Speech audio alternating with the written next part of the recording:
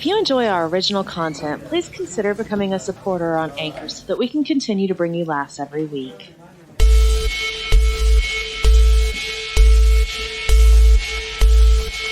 The following program may contain immature situations, themes, and is intended for an adult audience. The opinions expressed here do not necessarily reflect the views of everyone else working on the show.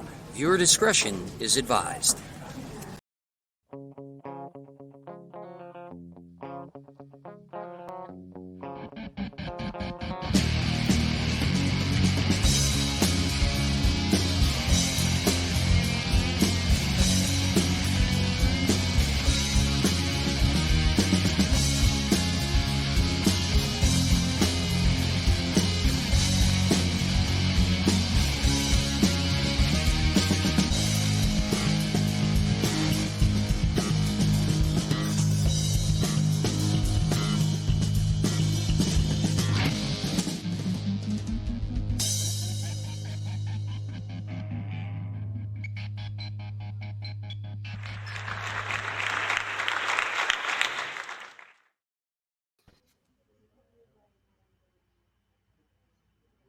Hey! Welcome, guys, to the Danny McDermott Show. I hope you guys are all doing well today. I'm very excited. You'll notice that I don't have my blue screen today because I am in John Lennon's old mansion. One of my friends is a producer. Well, I got a few producer friends, but he stays here and he lets me stay here when I'm in LA. So I am here. How you doing, Kevin? I'm excited, Danny. Good. You don't sound it. I'm saving that for later. All right, guys. So there's a lot of. I'm very excited. This is a very big night. We've got some great guests tonight. We're going to go to our national days. We have, believe it or not, it's International Nurses Day, which is a holiday to celebrate our nurses who are now on the front line and deserve more praise than almost anyone right now. Unlike International Sexy Nurses Day, which is Halloween. It's also Limerick Day, where any man from Nantucket finds it impossible to live up to the hype because he can't suck it. It's also a National American Rights Day. You have the right to remain silent. Anything you can say can be and will be used against you by your significant other. Danny. Yes. It's Native American Rights Day. Oh, thank you. Well, that makes more sense. Okay, thank you. Thank you. That's why I love this show. It's so improv. Also, donate a day's wages to charity. And Charity is the best dancer at the Go-Go Club that I hang out at. And she's shooting for more than a day's pay, let me tell you. Yeah, she dances for a lot of people, but I'm special. I make her feel like no one else does. I mean, after all, you can tell she actually likes me. I hate that she has to lie to all these other guys, you know, but I can't even believe they fall for it. It's gonna break their hearts when she and I run off together. Yeah, she wants me. Look at her giving me the eye. I am sexy.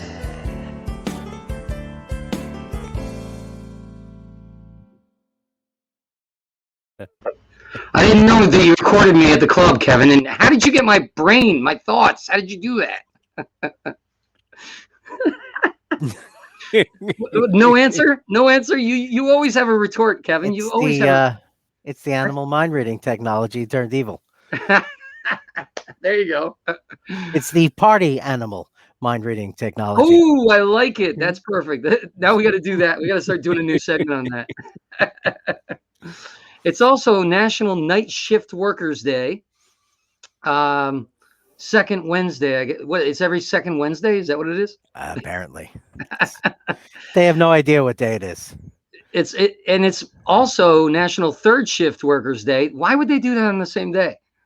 See, now some of these workers are double dipping on the holidays. That's unreasonable. It seems unreasonable. Right? It's also National Nutty Fudge Day.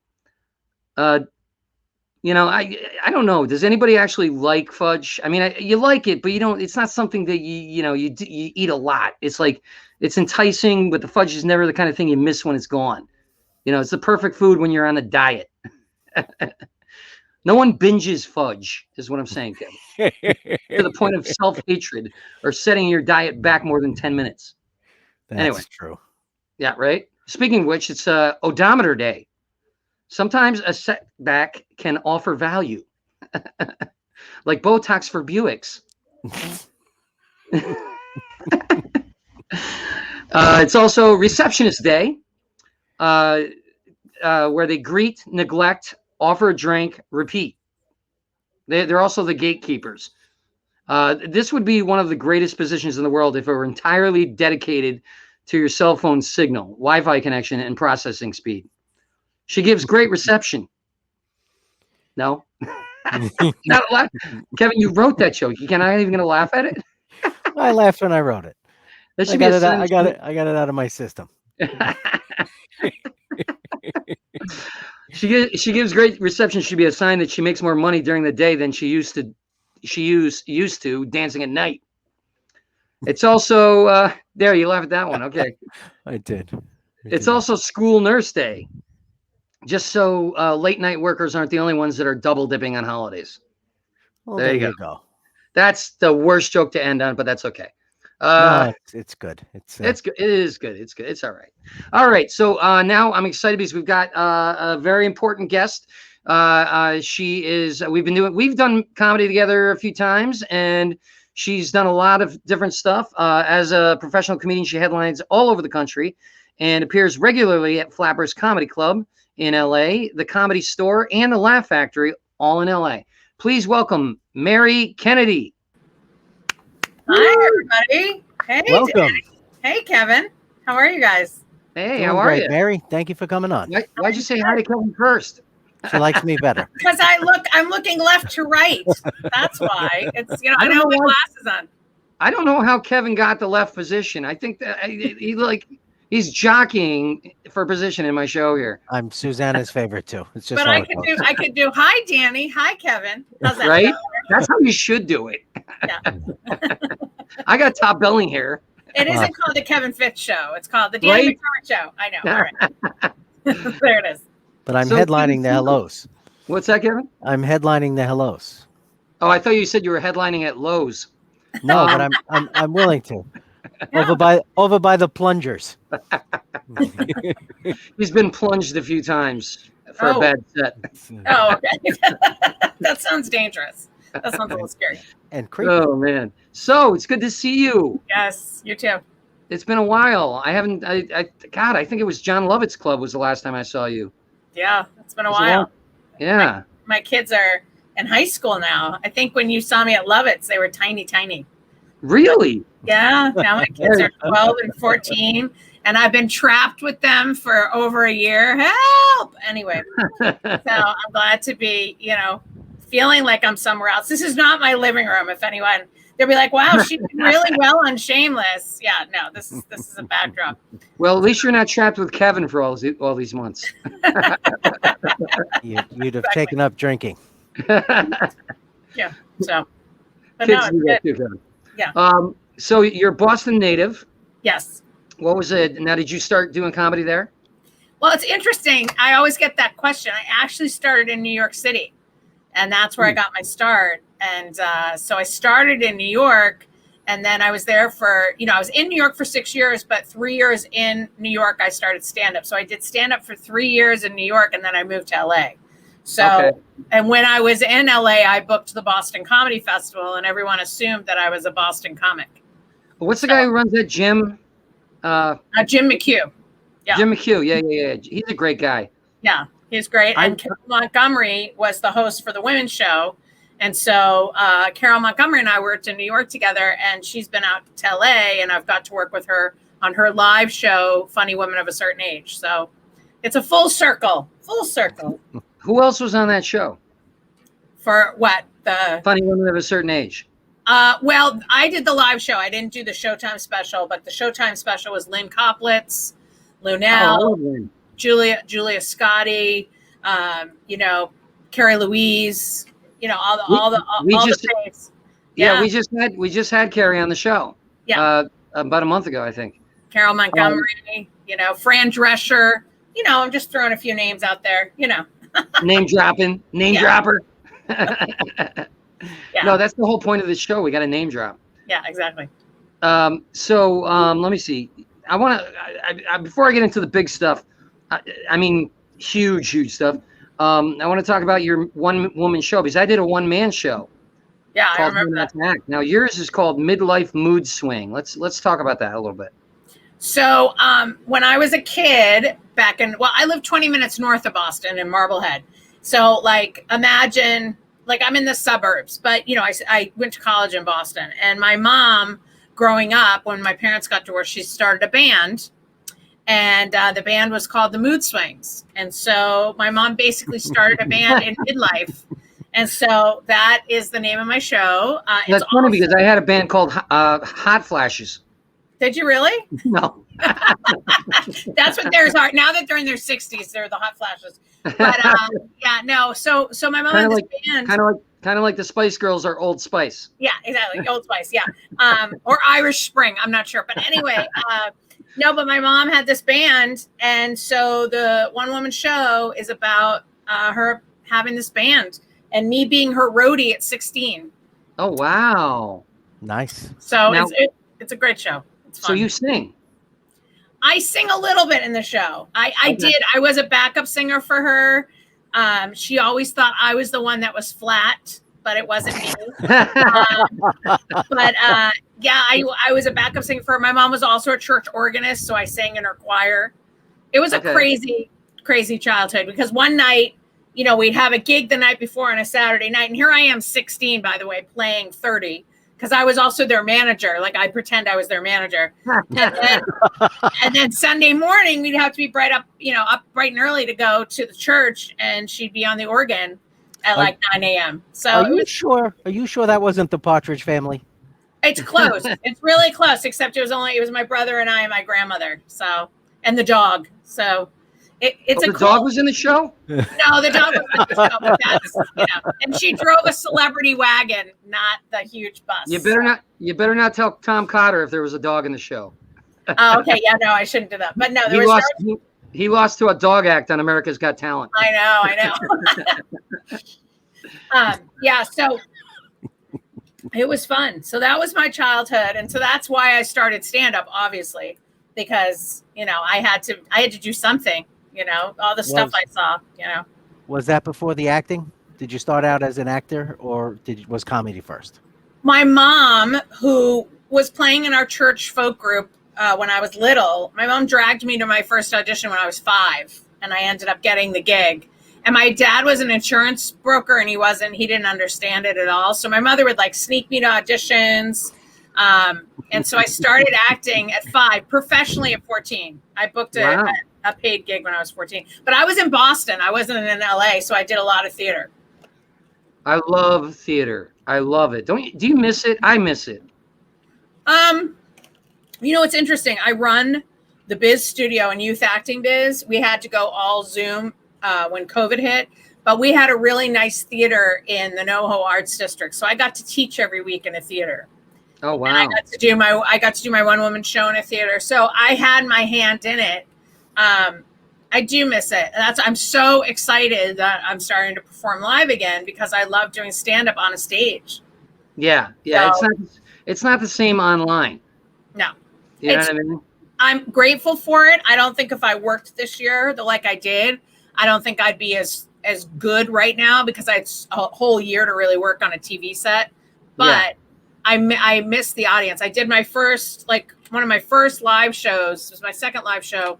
I did the Jimmy Shin show in LA, the Shindig show, and Daryl Hammond and Jamie Kennedy were on it. And I mean, it was a full house. It was amazing. Oh, I love Daryl.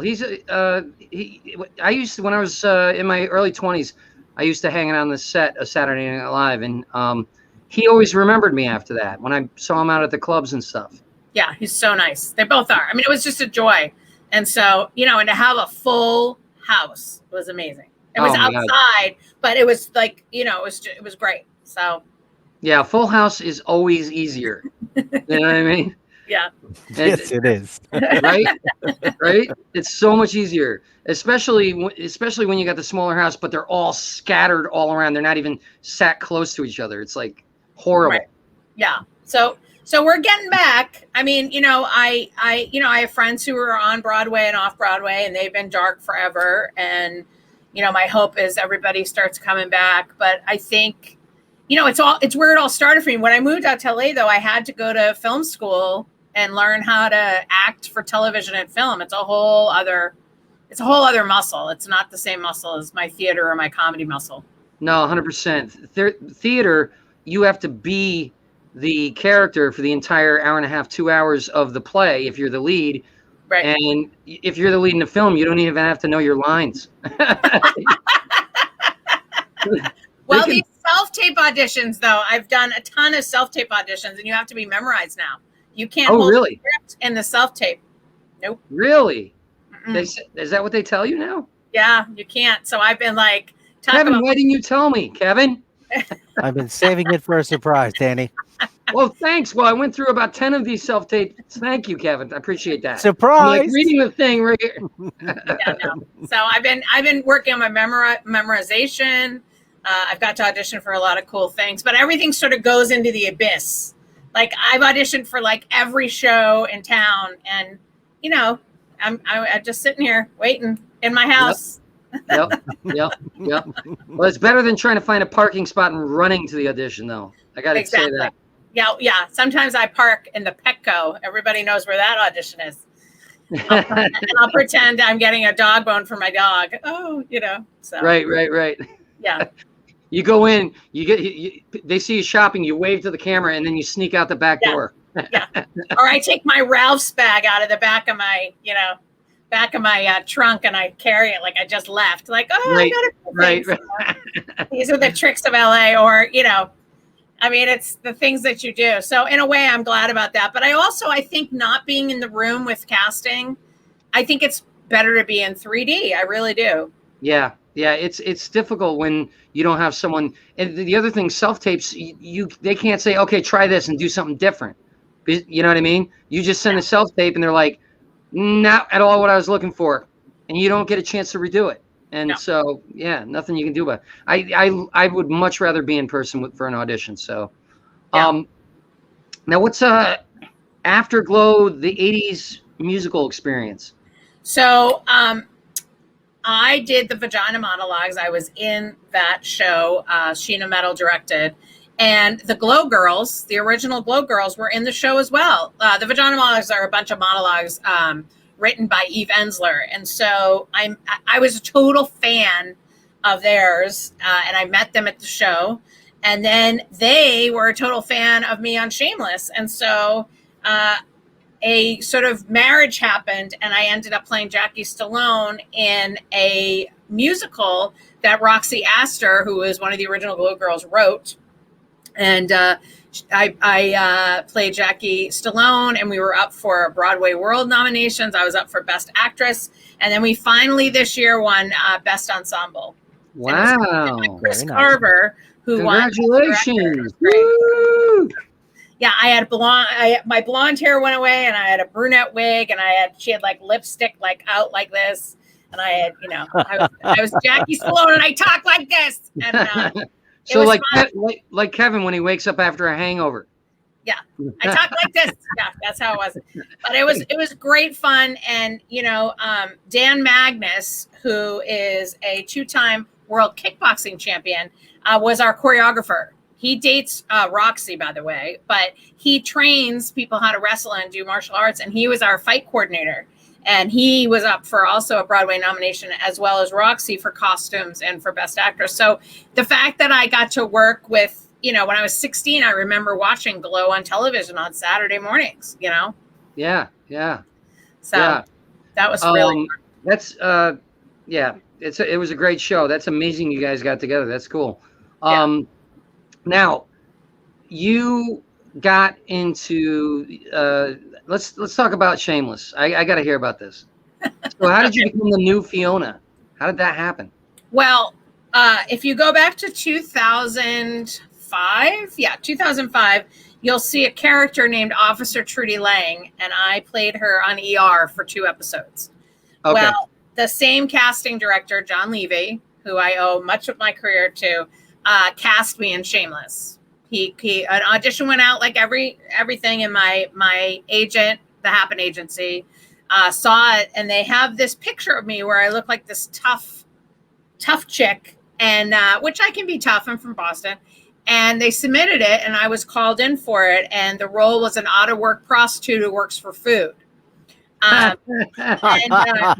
they said in the, when you get that was Kevin's previous job before he signed previous, you say.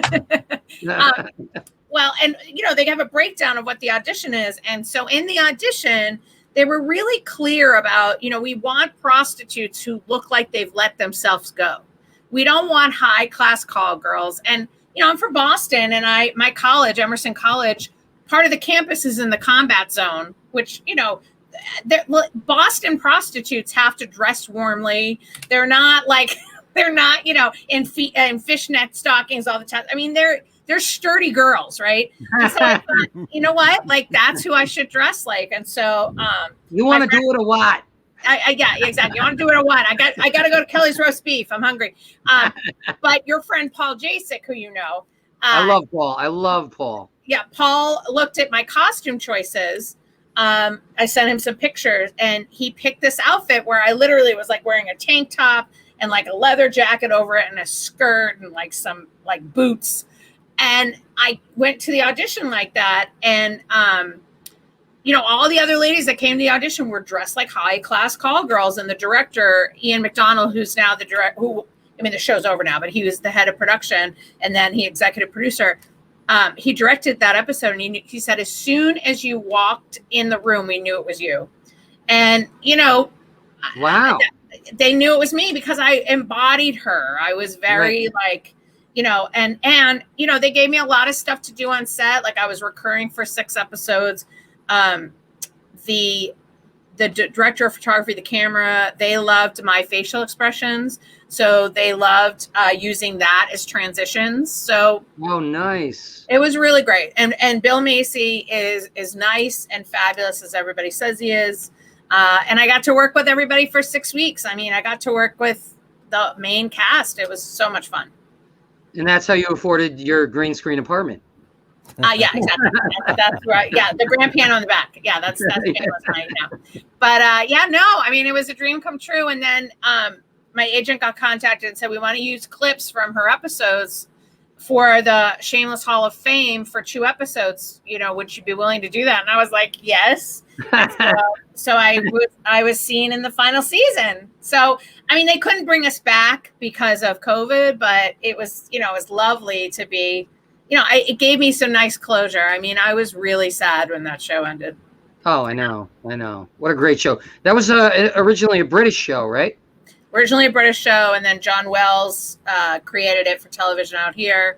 And he also did ER, and, so, when they say to actors, you may not get the role, or you may not get that big role right away, but you're still remembered. That's totally true. Who would have thought 2 episodes as a cop would get me as an out-of-work prostitute? They're very good to me. If they see something that's right, they'll call me in. Yeah, well, there's a fine line between a cop and a prostitute. It's like razor fine. Because if they weren't a cop, they would be a prostitute. That's just the way it is. Yeah. So, but it's been a ride, and now. I go out for a lot more leads. I go out for, I don't know if you saw on Facebook, I had 9 auditions this week in 8 days. Yes, I want your agent, please. Thank you. She's great. We're just waiting for it, though. It's like, I've done some independent. You don't have to be threatened. I'm not your type. They're not going to put us out on the same auditions. Yeah. Except maybe the prostitute one. Well, the high class prostitute. Yeah, the high class. You'll be the high class prostitute. Yeah, no, they're great. But the thing is it helps when you have a team. Now I have a team, which, I never would have thought I'd say that, but they all get me. Like, I'm with SK Management, and she gets me. Like, they understand who I am. Like, there's no question. Like, and they'll send me stuff. Like, I had an audition to play like a really nice mom. Like, I like living in the gritty. Like I like the out of work prostitute roles. Right. I like playing those, but there's sometimes when they just want you to be a fun mom. And a funny story, when I was on set in Chicago for Shameless, we'd go back to the hotel at night and I'd be dressed like you see me now. And the producers and the directors and the actors had no idea who I was. I go, Really? So we're working with you today. And they're like, who are you? I go, new Fiona. They're like, you look like you're in the PTA. I go, well, I am, because I was clothed. Like I wasn't wearing a bra and like, you know what I mean? I was wearing a bra, but I wasn't wearing my costume, So, Yeah. So wow, that's some cool stuff. Now you got a show you're promoting right now. What is the show you're working on right now? The stand-up show. Stand-up show, yeah. So basically, everybody, I am doing my first Vegas show, everybody, that I'm headlining. I'm going to Vegas, baby. And I will be at a Pizza Melody, which is what I love about Vegas is you can have a pizza joint that's also a cabaret place. Like it's crazy. Kelly Lee Williams is the producer. He's also our amazing MC, and Paul Jasek will be my feature. And I'll be headlining on June 25th and 26th at a Pizza Medley. You can get tickets. It's on Eventbrite. If you contact me on the socials at M Kennedy Comedy, I'll let you know how to get tickets. And it's going to be really fun. And I'm going to bring my merch. I'm going to have Shameless t-shirts there. And, it's Kennedy, Kennedy. But that's okay. Add a G like the president. That's a quick fix. I'm Kennedy Comedy. And, so that's my first Vegas gig. There you go. That's it. So I'll be in Vegas. And with Paul, who's like my bestie. Like, I can't wait. It's like. I know. You guys have been. How long have you guys known each other now? We've known each other. See, I've been married 18 years, 17 years. Wow. Not to Paul. You're not married to Paul. No, I know. Everybody thinks we're married. No, I've known him like 17 years, I think. Or maybe, no. You know what? He was doing a comedy show when I walked down the aisle with my husband, Charles. So we've known each other.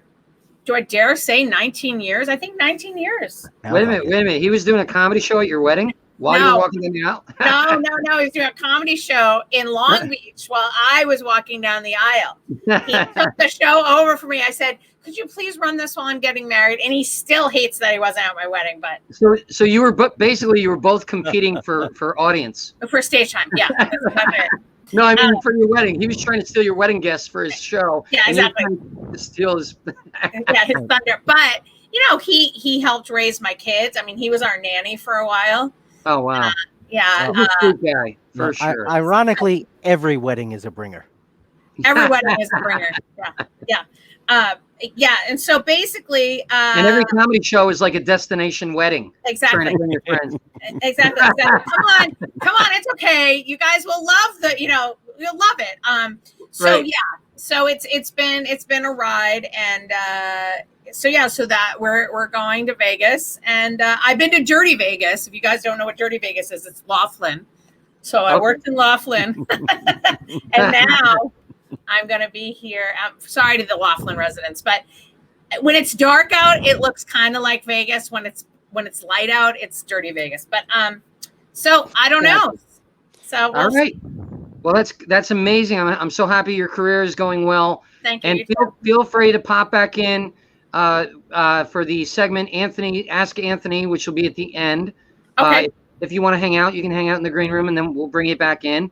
And guys, we're going to have all her links and everything in the description of the video and all the other platforms, I guess, right? And we're going to spell it right, too. Yes. It's fine. Listen, I did a gig where they called me Mary Candy, and they spelled it Marry. So it's fine. Everybody, Mary Candy, everyone. All right, Mary Candy. Yes, thank you. All right, we'll talk to you in a minute. Yeah, thanks. Thank you. Thank you. That was great. Oh, she's great, isn't she? Yes, she is. Yes, she is. All right. Very funny. So our next guest is a very good friend of mine. We became close. We met here in LA. He's a producer of the new movie Time Crafters, The Treasure of Pirates Cove, coming out Friday in 2 days. in 2 Nice. days, May 14th, 2021. And this is a first for this show, Kevin. I have him in the studio. Oh, nice. He's here with me. Come on in, buddy. All Please right. welcome Craig Albrecht. Hey. Here he What's comes. happening? What's up, bud? All right. Hi, Hey. everybody. Welcome. Welcome. Yeah. Thanks for having me. Yeah, shift it toward you. There we go. There we All go. right. How's everybody doing? It's so weird looking at the guest instead of looking at the screen. I'm gonna look at the screen anyway, even though it's awkward. Right. Well, you know, when you look at me personally, I look sexier, don't I? I'm gonna move over. Look at the screen and communicate with elbows. Well, What? Yeah, like elbow each other. Hey. I'm excited to be here, Danny. Thanks for having me. Yeah, thanks, buddy. Yeah. Well, Yeah. you've been good to me. We've been working on some movie projects. We got a couple things in the hopper that's looking good. We met with a major director today who wants to come on board of this project. I can't tell you what it is yet, but you guys will know soon. It's going to be phenomenal. Yeah. So now let's talk about where you're from and how you got your start.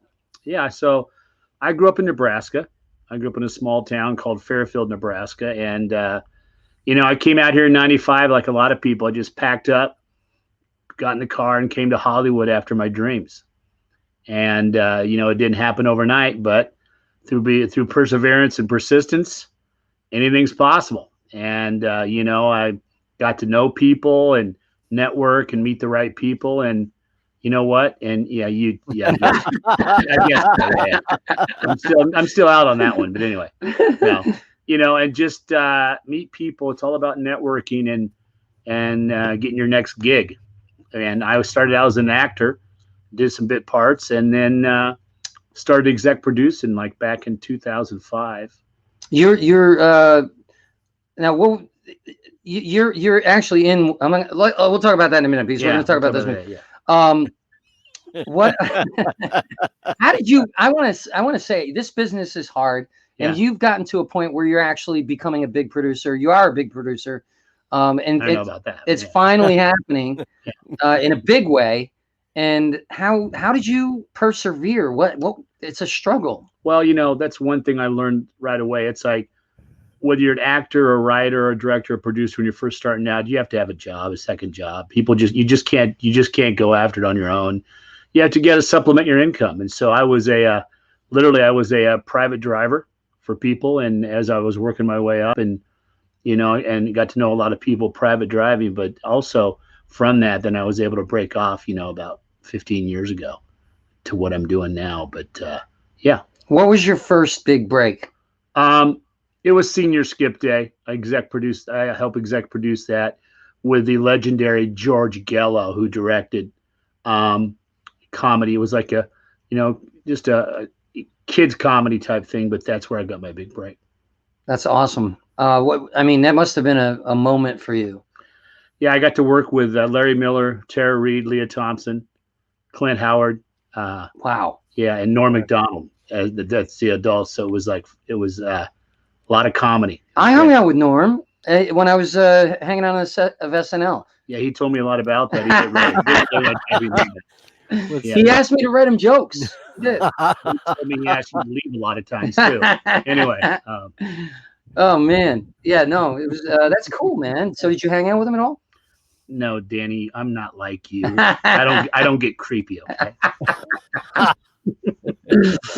As you can see, we've known each other for a while now. Yeah.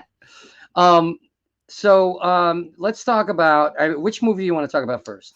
Well, I really just want to talk about Time Crafters right now. Okay, for a second. It takes a village to make magic happen. And our team is so excited about Friday night. We've worked so hard to get to Friday night to promote. I just want to give some shout outs that are due. My publicist is Katie Tua, and she's amazing and she's phenomenal. Without her, this could not be where it's at promotional wise with her team. So this last Friday night, we had the world premiere of our music video. That was fun. That we did. And she put that all together with her team. and B&B Records is the one that presented it. Peanut, who owns that, we call him Peanut, who owns B&B Records. Shout out to him. Shout out to Butter. But most of all, I want to give a shout out to I want to give a shout out to Brooklyn Queen, JoJo Tua, and Azar Lawrence, who were the artist in this music video. It was just phenomenal. I mean, real quick, it's like Azar Lawrence is a legend saxophonist. He's like the Ray Charles of our time right now. He's played with everybody from McCoy Tyner to just everybody, and he's such a phenomenal guy, and it's an honor to know him. And I met him through my good friend Tracy Hanna, who's his manager. Okay, and they have Trezar Records, but Tracy's also an exec producer on my pirate movie.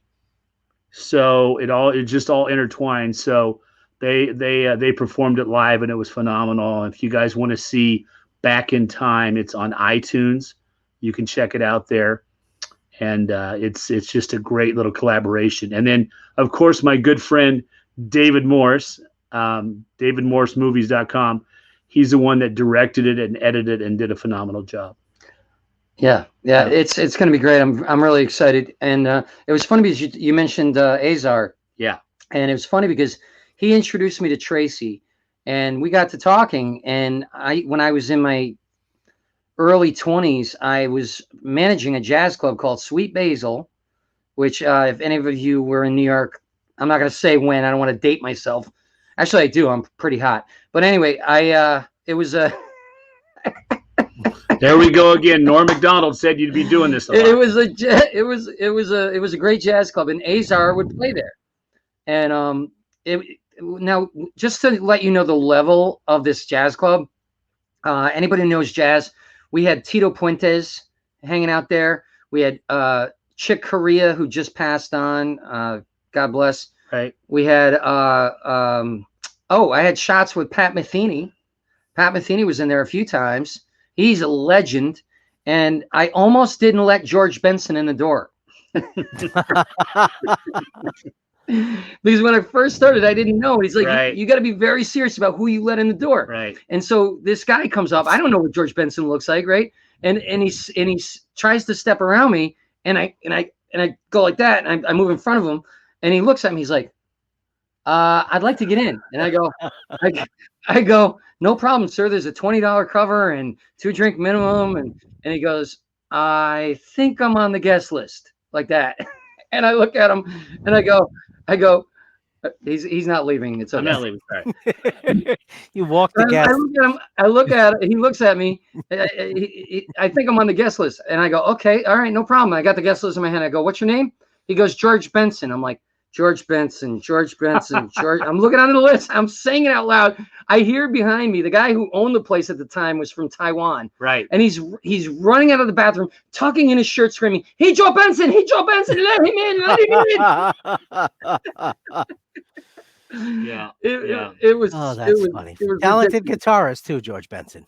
Yeah. Well, that's the thing. He's a legendary. A lot of people don't realize he's a legendary jazz guitarist. People who don't know jazz, because he was famous for all his songs that he sang in 80s, I think, right? Yep. He's got a video of himself roller skating and playing the guitar on "Gimme the Night," which might be his biggest crossover hit. But what a great song that was! Talented guy, talented man. Want to talk a little bit more about Azar? So to follow Azar and his tour and all this, go to azarlawrence.com. Again, azarlawrence.com. The guy's phenomenal. I mean, when they played this live the other night at the premiere, and Azar started doing his thing, the young kids, the influencers, the young kids just went bananas. They just loved that sound. They loved him, and it really is. What happened Friday night was jazz met hip hop. Yeah. Jazz met hip hop Friday night with Azar. It was so cool, man. Yeah. So a little bit more talk about my movie. Sure. Okay. Well, I want to talk a little bit more about Azar the other night, because we got to talk about personal stuff too. Right. Azar the other day, he was here at the mansion, and he was just playing by himself, and we're all just it's sick. It's sick, people. Oh my it's sick. God. Okay. If you haven't seen a real true jazz musician just playing for the love of playing in front of a small group of people. Oh my God, I wish, I should have gotten that video that I put on Facebook on there, but it was epic. And it was just like, it brought, literally, there were 7 producers here and everybody was just blown away. Yeah. And he was doing this riff in the room where John Lennon wrote Imagine. Yeah. And so we're standing there. That's where he truly wrote it. Yeah. And we're standing there. We're just watching him play. It's not like any other performers. It's like he loves it so much that he enters into the improv, and he's there. He's in the music. Well, the jazz riff is really one of the great musical things that you can experience, because it is where you just go at that moment and you let it really take you where it takes you. Yeah. And it's a magical moment when it clicks. Yeah. And so a little, like I said, the music video, you get it on iTunes, it's phenomenal. So a little bit more about Timecrafter. So it really does, like I said, it takes a village to make magic happen. And our team could not be more excited about Friday night. I mean, I want to talk about my producing partner and director, Rick Spalla. Great guy. He directed a great movie, but he also he does magic when it comes to editing too. So that combination is why our movie looks so good and feels so good and all that. I want to talk about the cast. Can he edit my acting reel? No. Well, Danny, he could if there was something there. Anyway. You said he was good. But so I want to talk about the cast. We were very fortunate to get a great cast. And I want to talk about the adults first. I want to talk about Denise Richards, who we're very thankful that she's a part of this. We're so thankful that she's out promoting our movie. She was on Entertainment Live last night. Friday, she's going to be on Live with Kelly and Ryan at 9 a.m. Pacific Standard Time. We're so thankful for that. And then on Monday, she's going to be on The Talk on Monday here in Los Angeles promoting it. So Denise, we really appreciate it very much. And she just did such a great job as playing the mom. I also want to talk about my good buddy, Lou Temple. All right. This guy just is acting all the time because he's such a great man. Just such a great man. And so he played the professor. He did a phenomenal job. Then can we talk about the plot? No, not right now. Okay. Just be quiet. Guide you. I'm the host. No, I know. Nice. And then we have Patrick. Very generous with his praise, Danny, and then then he discusses you. then we have Patrick Muldoon, who did an amazing job. Eric Balfour always comes with it. I mean, he's just a phenomenal actor. And then, the legendary Malcolm McDowell. Oh my God, playing Captain Lynch. I mean, it doesn't get any better for this family movie. And then I also want to talk about the kids that we casted. What we did is we got really fortunate and casted some great kids that had some major talent. Lucas J plays Chip. He did a great job. We have McKinley Blum that played Bridget, and she really delivered. She kept the whole team together. She kept the kids together in the movie, and she did a fantastic job. And of course, Casey Simpson played Josh. Casey's a veteran. He's been acting for a long time. He was in the war? Yeah. And then we have Gavin McGinnis, who played Byron. Gavin is a phenomenal actor. You guys got to look him up. He's a great actor, and he just really did a great job. And then the one and only Connor Kane played Hedge. This kid has got more talent, and he's busy all the time. So, yeah, I just can't say enough about our cast that did such a phenomenal. All right, so we have a technical glitch, but I'm sure they'll be back momentarily. Mary, it's nice to have you back on as a surprise guest. This is a surprise to me too, but that's okay. It was great. I loved listening to the producer and talking about all those great actors, and it was fun. That's what I love about live television.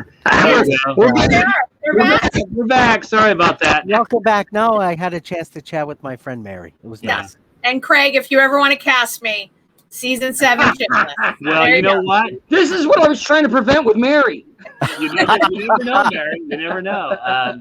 Very nice to meet you. So, Nice to meet you. getting back to Time Crafters a little bit. So, Quiver Distribution is taking it out on Friday, and we can show you the platforms. There's about 7 or 8 platforms that Quiver's taking it out. They're a great distribution company. And then Foreign, Voltage is taking it out foreign for us too. So, like I said, we're excited about this whole opportunity. I think the listeners are going to want to know a little bit about the plot of the movie. I think it's a fantastic idea, and it's way overdue.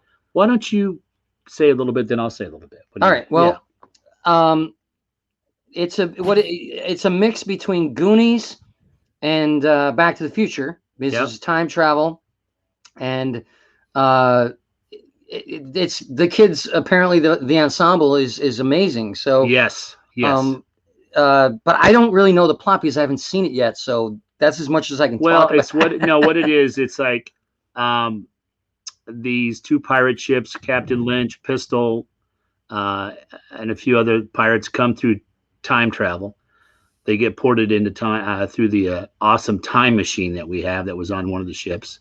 Comes to modern day, and they end up in beautiful Mendocino, California, which is the Pirates Cove.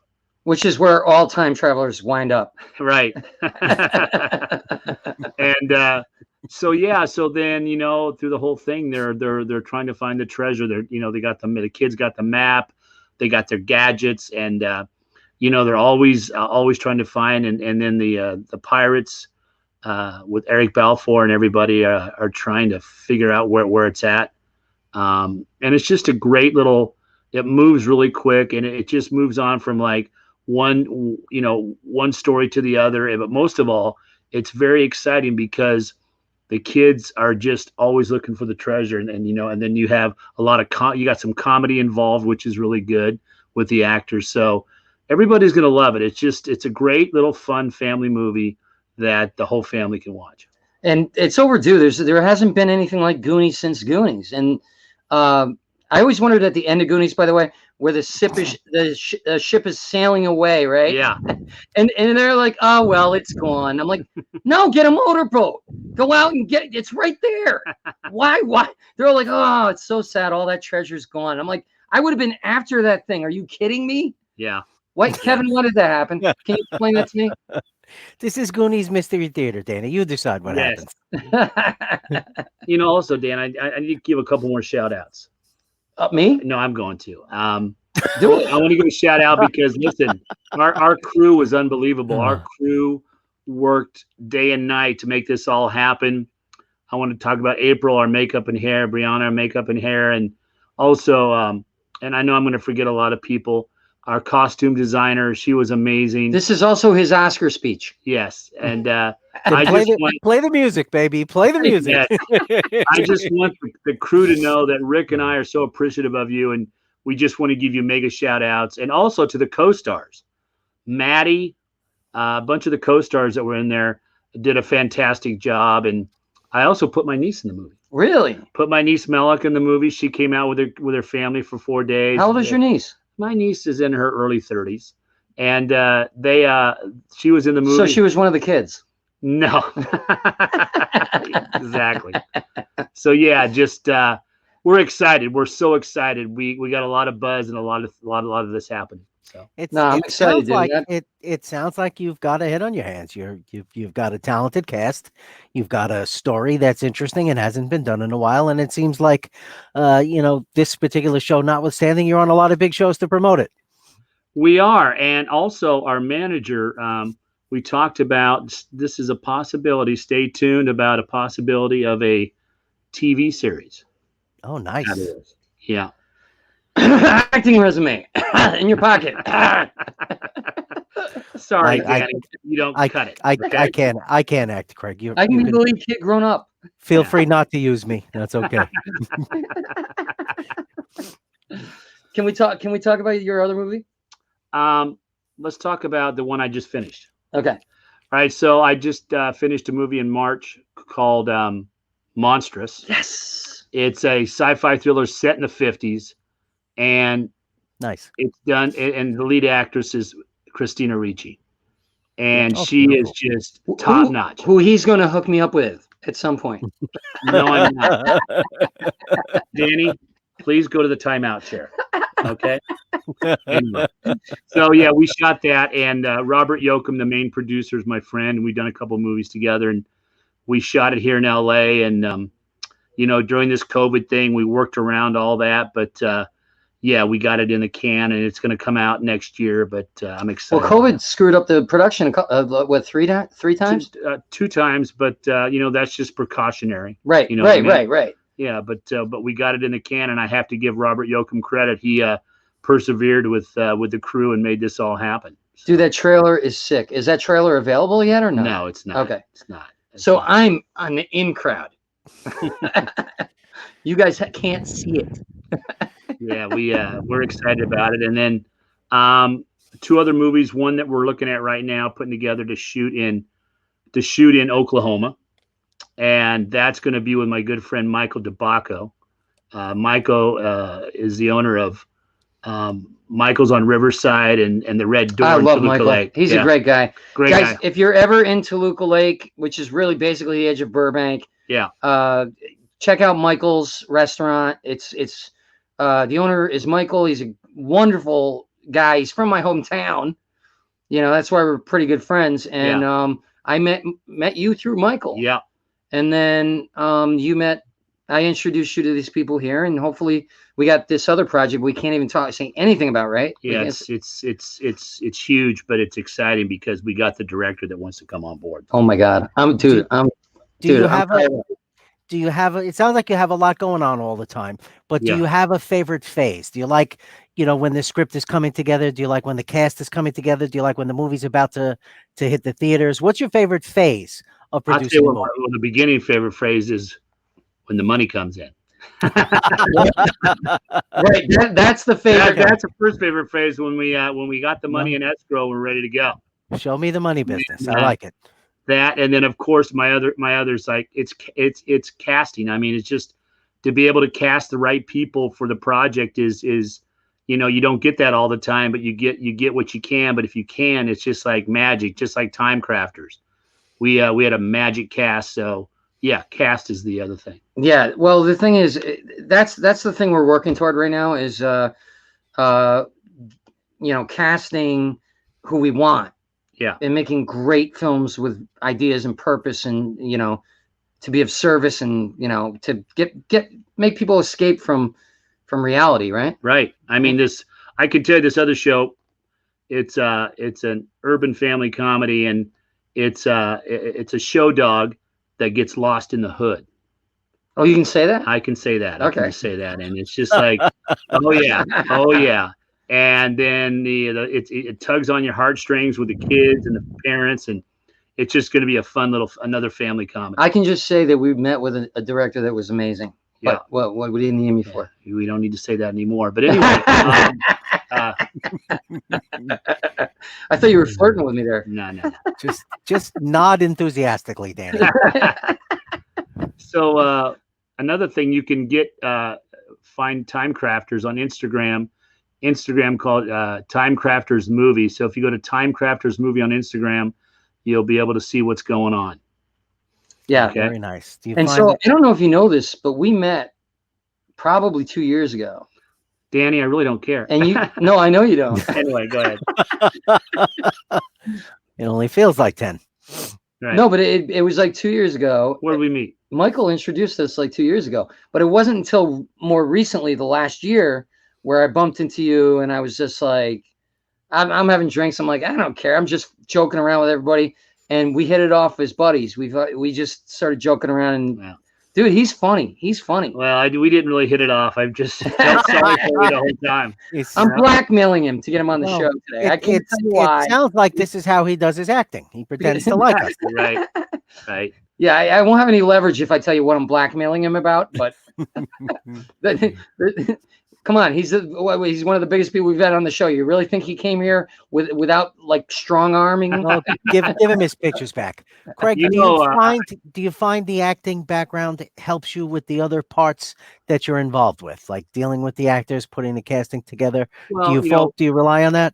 Let me answer this. No.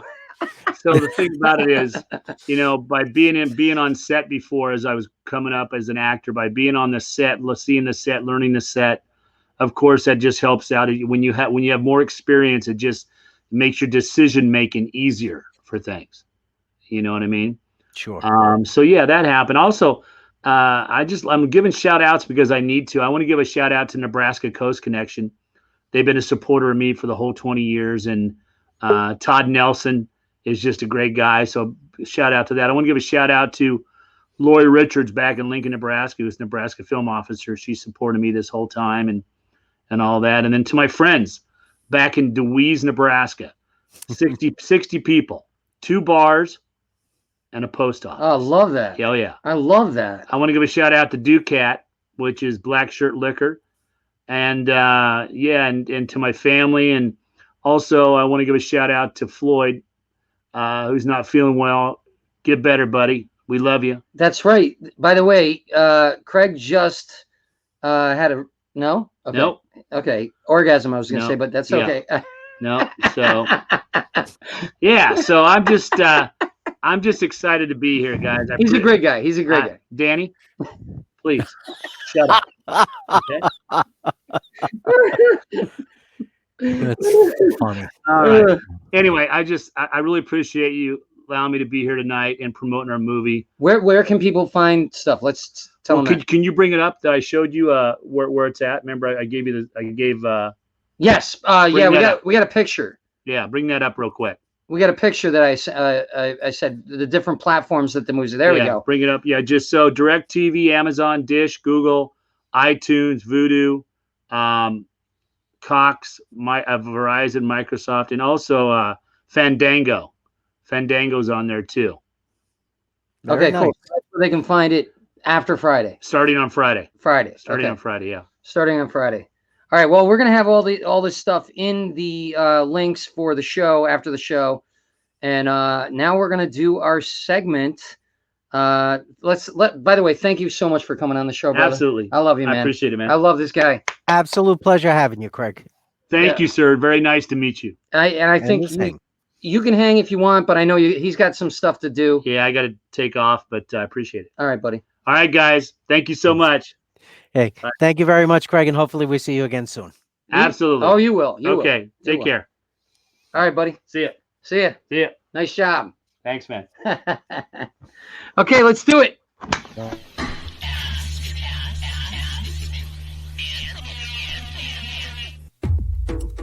What are your favorite trauma movies? Dude, he must have seen another segment of mine. He's like, I'm out. I'm gone. Apparently, he took Danny with him. Yeah. How are you? Nice to meet you. Very well. Hi, I'm Mary Kennedy. Nice to meet Hello, Anthony Santanselmo. Good to digitally meet you. you. Yes, excellent. Nice interview, by the way. Nice interview. Thank you. Yeah. All right. So, all right. Well, I got to tell you that background, I'm very envious because I feel like this is the place everyone goes to but me. The background that you have, Mary, because Kevin frequented that joint many a times, and I'm like, I'm not a member. Well, it's in Van Nuys, if that helps you. It's in Absolutely. Van Nuys. You mean it's Lake Balboa? Lake Balboa, excuse me. Yeah. It's Sherman Oaks adjacent. Sure. I'm back. Hello, sir. How are you? Good. So That's the problem when you don't have a studio and you set up haphazardly. Your guest trips over the camera. that was great. It was great. So management had a long talk with me. They're tired of busting out sleeping bags when I do my segment, so I'm going to try to make this quick. Okay. So trauma movies. Wait, Kevin, why are you telling people your management now? Because, Danny, that's my thing. Brought to you by my thing that I do. Sorry, go ahead, Anthony. Sorry. Not a problem. So trauma, basically, if you're ever watching a movie and you see this before the movie starts, you know you're in for some shit. Okay, you know it's going to have a lot of TNA, gore. It's not going to be a great script. The acting is probably going to be very subpar. Basically, it's going to be a really fun time. Yeah. So Trauma was founded in 1974 by Lloyd Kaufman and Michael Hertz. There's good old Uncle Lloyd. And they started out making a bunch of sex comedies in the 70s. And very prolific team, these two. But it wasn't until 1984 where The Toxic Avenger hit the scene. Now, this was rated X before rated X was rated X. So, you know, there's no NC-17. NC-17 came out in 87, I think, for RoboCop. Because they were these films that were tired of like getting that, you know, dreaded X rating. So, but yeah, this is basically a rated X film. It's super hardcore. It totally holds up. I saw this when I was 11, when my parents went for their, I think, 20th high school reunion. Side note, my mom was very strict and religious, so she wouldn't let me rent shit. But my dad would be like, whatever. So I knew they were going to their reunion, and I'm like, Dad, can you rent me some flicks? And he's like, sure. I had a stack of Trauma movies. Basically, it was my vision quest at age 11. Okay. Let's cycle through this if we can. Yeah, so this is a scene that really jacked me up. And there's a lot of reasons for why I have this going behind me because of this film. Basically, there's a scene where the antagonists, they hit and run people. They kill people for points. Just a side game they do. And they see this young kid named Skippy, of course, who's on a bike. And he's riding along, and they see him, and they're like, hey, how you doing, Skippy, so on and so forth. And then they basically speed in front of him, flip a bitch, and proceed to, if we can cycle through the photos, proceed to mow him over. And the stunt is so incredible. I haven't seen a stunt this badass since that movie. Okay? Wow. But he's not dead yet, so he reverses over his skull, and that's where I became a man. Okay? Dude, this is hardcore. I was like 11 years old, like, what? And the editing is so tight that it's brutal. Okay? So I even asked him, I'm like, do you want to show this graphic? So basically, the gals are taking Polaroids because this is how they get off. This is Toxic Avenger. This is really the start of Trauma. Okay? So every film beyond this is going to have that energy. Moving forward. They had a series of sequels, 2, 3, and 4. And let's just hang out there for a minute. Basically, the plot, because I kind of overlooked it, of the Toxic Avenger is a 98-pound nerd falls in a vat of toxic waste, and that's the theme of Trauma's basically foundation. Okay, he falls in a vat of toxic waste, and he becomes that guy, first superhero of New Jersey. Sorry, I kind of glossed over that. I want to talk about the bike killing scene. No, that's okay. Yeah. So, and there's that poltergeist again. Where's the poltergeist chilling with me again? Toxic Avenger is badass, super gory, totally fun. Moving forward. And you guys have any opinions of this? Have you heard of this? I have a question. Please. Can I ask a question? You can ask 100. So here's my question: are they violent, or is there sex as well? Is there a movie? Are they one movie's just really sexy and porny, and then another one's violent, or is the violent and the sex and all that mishmashed all together?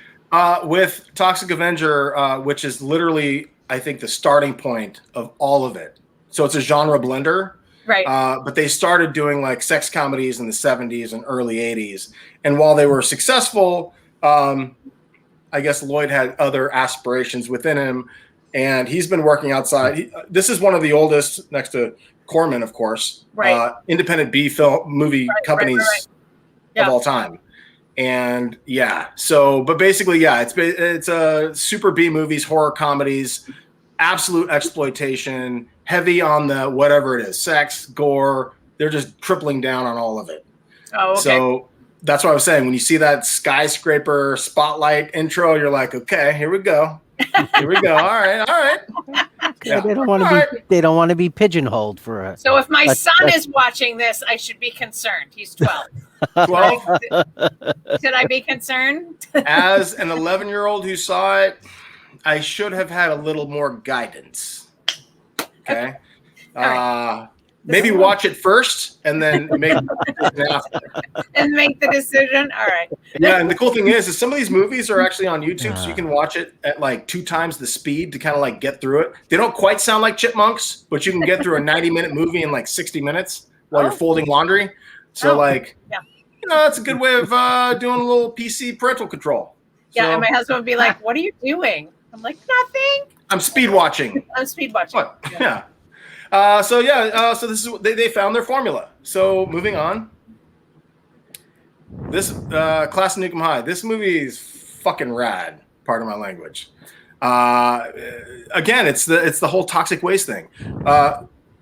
Basically, students smoke pot that's been laced, or actually, it's a contamination spill from a nuclear power plant right next to the high school that infiltrates the pot plants, and the honor students become the cretins. So it's reading, writing, and radiation is the plot of the film. Yeah. And the effects are great, just like the effects in Toxic Avenger 1, 2, and so on and so forth are great. I think this was a co-direction. Lloyd Kaufman, I think Richard Haynes directed this one. But it's badass. And it's all practical effects, of course. And it's super punk rock. Anybody remember this one? 86, yeah, of course. Yeah, it's a good one. It's a goodie. Moving forward. And as you can imagine, there's a sequel with a killer squirrel. You can't leave an audience dangling with what's going to happen after Class of Nukem High. You can't do that. I got to say, I don't want to cheat the audience here. I cheated the graphic, but there are more Class of Nukem Highs. There's a third. There it is again. Yeah. And there's a return to Class of Nukem High, and then there's a return to the Class of Nukem High. So you can see where they're going. Yeah. They always do sequels to great movies. Yes, indeed. And also some of those. And so exactly. I'm going to take a pause break. This one's actually, the next movie is not funny. Now, you might think it would be with that kind of imagery. That's all marketing right there. Surf Nazis Must Die. Roger Ebert actually enjoyed it, and I was like, oh, wow, that's very cool. Because, he was very kind of more highbrow. That's hysterical. Yeah, no, it's a great soundtrack. Are you serious? Well, yeah, no, he liked it. He liked it? No, really? He totally liked it.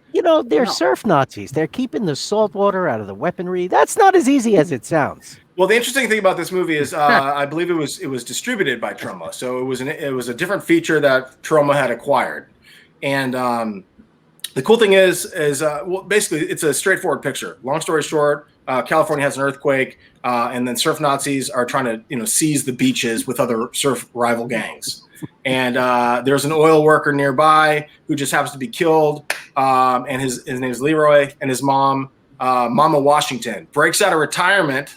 Okay, this is where it becomes like almost blaxploitation genre, but it's like a genre blend. It's a Nazi exploitation, blaxploitation. It's just fucking Troma. That's why they picked it up. And so she breaks out of retirement home with handguns and grenades and fucking takes out the whole team. Spoiler alert.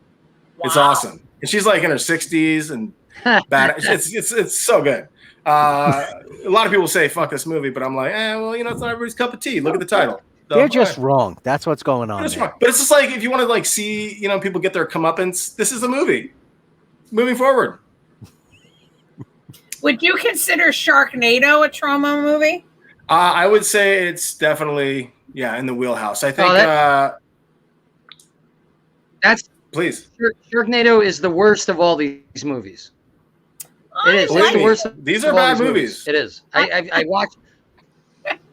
Not everybody knows the backstory to surf Nazis. They had to defeat the canoe Nazis, watching that movie. The only reason jet ski Nazis, the small rowboat Nazis. Yeah, I feel like Waterworld, with the smokers, kind of like that was their inspiration, right? Well, the other one with surf Nazis, but I think Sci-Fi Channel kind of built their own Troma type library, right. And they knew what was campy and cheesy, and obviously what brought eyeballs, and they quadrupled and beyond downed on it. So I think Troma probably, I hate to say it, think the price tag was probably too high, and unless it was like a sci-fi produced film, so it was always internal. Right. You ain't gonna budge out of that. So anyway, Redneck Zombies is literally the first feature-length videotape film. So it was shot on a damn camcorder. Okay, yeah, and move over, Steven Soderbergh with Sex, Lies, and Videotape. Check this out. Yeah, so when I saw this poster as a kid, I'm like, man, I can't go wrong. This is incredible. It promised, it was rated R. It promised, good-looking gals and dumb idiots that are zombies and gore. I'm like, this is perfect. I'm 10. So, yeah, or whatever. And, yeah, basically, this is why it's a trauma film. Radioactive. What was the budget on that? Budget on this was nothing. What was so? Yeah, this was literally distributed by Trauma. So somebody shot this and Trauma acquired it. Their capital was badass. Okay. No, but the gore was so fantastic that the director went on to work. Movie, Kevin. The end. No, go back, please. I swear, I don't want to break out the sleeping bags yet.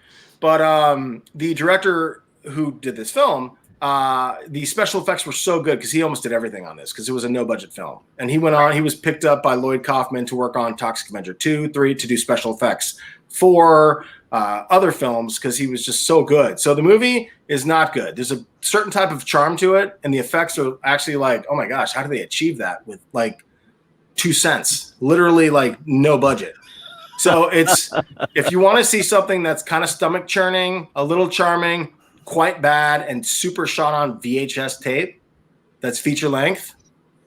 I mean, bam, Redneck Zombies. In fact, the poster's the best thing about the whole film. The end. You guys are you're probably gonna fucking all leave me after this one. Okay, so this movie's rad. Okay, Sergeant Kabuki Man, NYPD. Okay, this guy's a cop in New York, and he's like investigating a string of amateur kabuki, actor murders or whatever the fuck. And he actually becomes cursed or blessed, as they say, with the power to turn into a kabuki. Okay, straight up. Okay, and he's got the power of heat-seeking chopsticks, right, to take out the thugs in Central Park or wherever the fuck. And he's got like, fatal sushi and so on and so forth, and flying footwear, and it's crazy. So it's pretty fucking bad. So if you're, if you got some takeout and you're like, you know what, I'm not sure what I want to do with my life, that's what you want to do with your life, right there. Looks like that's where they got the idea. By the way, Beetlejuice. Yeah. Well, it came after. Yeah, that guy looked like a real thug. I gotta tell you what a real thug too. What I don't like about this segment is it's so cheesily obscure that there's less chime-ins. It's not like I'm like, hey, remember Michael Keaton and Mr. Mom? And everyone's like, yeah. There's none of that. Moving forward, Vegas in Space. You like it. God bless you. We're wrapping up here. So Vegas in Space is a film. I grew up in LA, so I always had the LA Weekly. And as a kid, I would go to the movie section. And I was always taken to the midnight movies because I'm like, that's where trauma is. That's where like the, forbidden shit. Again, I'm a kid. So I saw this thing, Vegas in Space. I'm like, that's a punk rock title. I like this shit. This shit's rad. I had no idea, what the film was about. So I actually, because I was a kid who made short films, mostly zombie and cannibal films per what you just witnessed in terms of my ingestion. Are you a cannibal? Negative. But thank you for asking. So I actually made Vegas in Space 2 in my bedroom with a Nine Inch Nails soundtrack because why? No one's going to flag me for copyright violation. This is 1990. Okay? Yeah. So it was rad. And anyway, so it was a good time. And then I actually saw the film years later. I'm like, oh, this is what it's about. So basically, it's a super drag film. And the film was shot in a San Francisco apartment with one apartment, the whole film, with miniatures. Wow. Yeah. And so you made yours with the same budget. I made, but mine was like 6 minutes. Theirs was like 78. Yeah. Yeah, they had a little bit more like audaciousness than I did. But anyway, so I finally watched it and I appreciate it for what it is. It's got a charm. It's not fantastic, but like you can't deny like just that drive of a filmmaker despite all odds, against all odds. So I actually reached out to the director feeling nostalgic like 10 years ago. And I told him, hey, I made Vegas in Space 2 when I was a little kid and blah, blah, blah, blah, blah. I just want to say, hope you're well in the world, whatever the fuck. And he's like, oh, thanks for reaching out. Nobody ever talks about this movie. I appreciate it. He goes, I'm going to send you a poster. I'm like, what? And he's like, I only had 150 posters made, and a lot of them were damaged in a water damage in my public storage. But he goes, I'll get one for you. So he sent me one. And if you look, Nice. hold on. There's a letter in the frame from the director. Yep.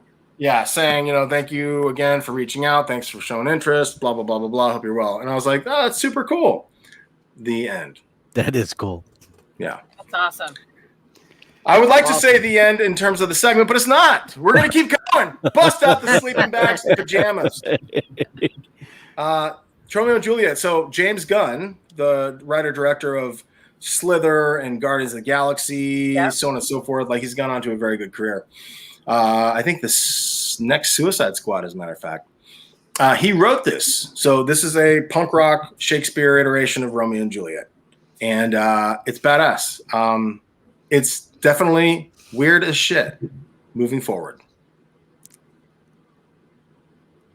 Okay, so this is Trey Parker and Matt Stone's first feature film. And I brought this up in the segment before.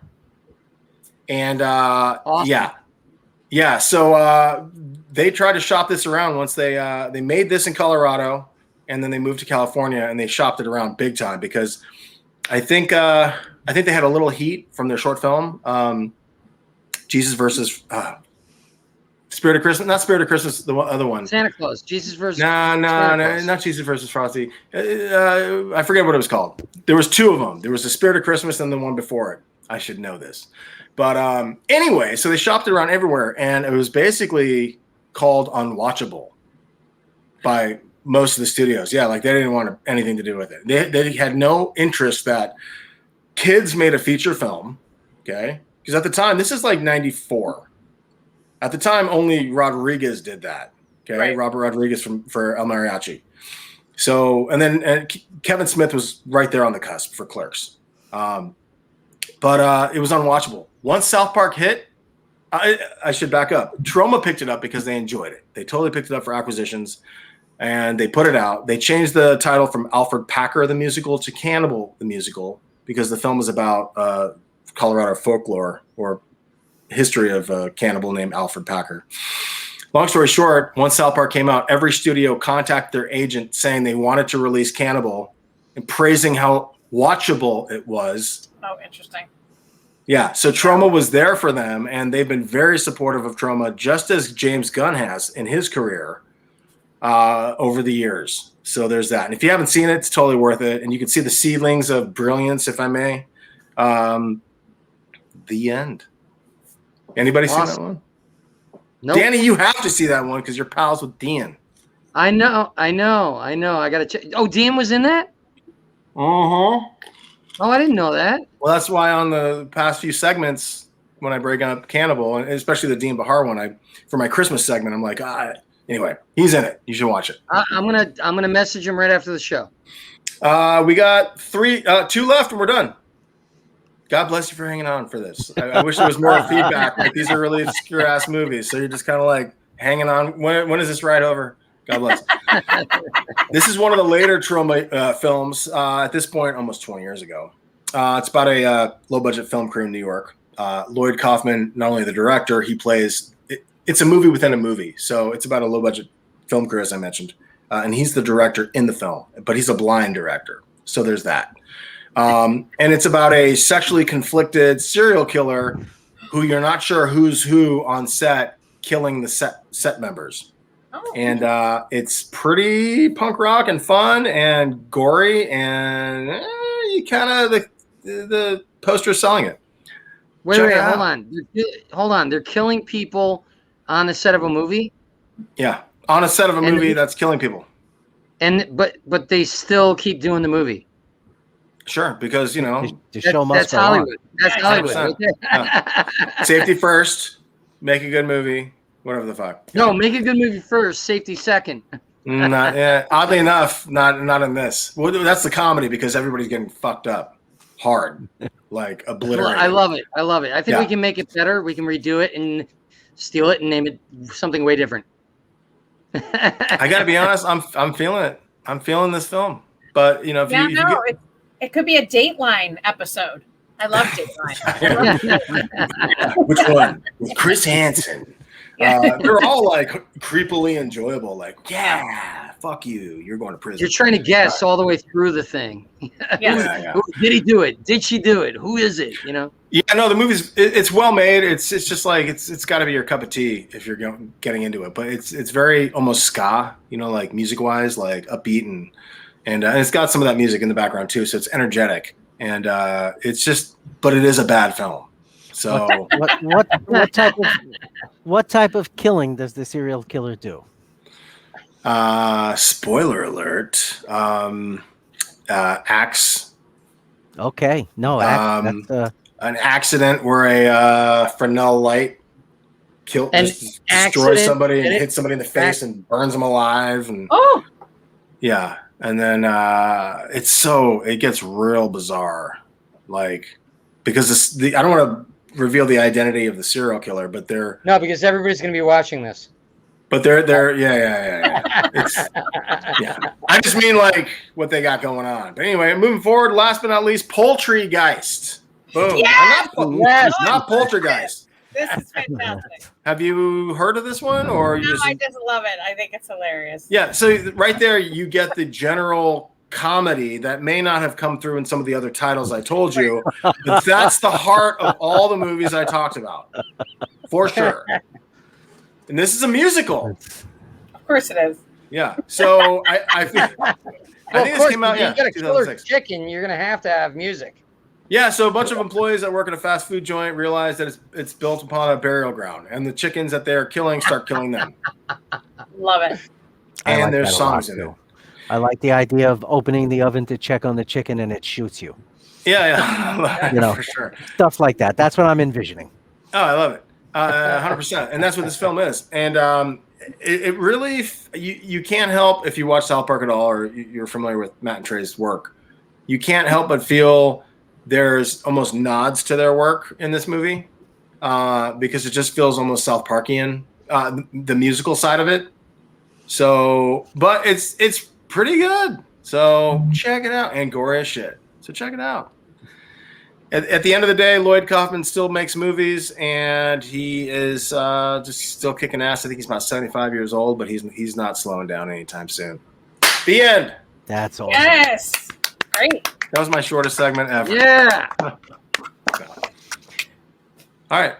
Yeah, it was great. It was great. We times. ended under an hour and a half. Guys, please support. Look at the bottom of the screen. Anchor.fm/The Danny McDermott Show /support.